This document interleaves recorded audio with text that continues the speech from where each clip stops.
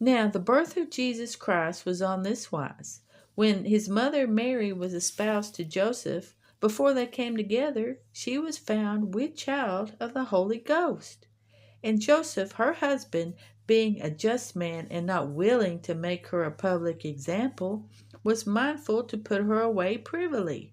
But while he thought on these things, behold, the angel of the Lord appeared unto him in a dream, saying, Joseph, thou son of David, fear not to take unto thee Mary thy wife, for that which is conceived in her is of the Holy Ghost.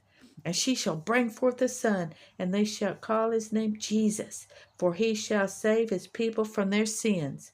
Now all this was done that it might be fulfilled which was spoken of the Lord by the prophet, saying, Behold, a virgin shall be with child, and shall bring forth a son, and they shall call his name Emmanuel, which is being interpreted, God with us.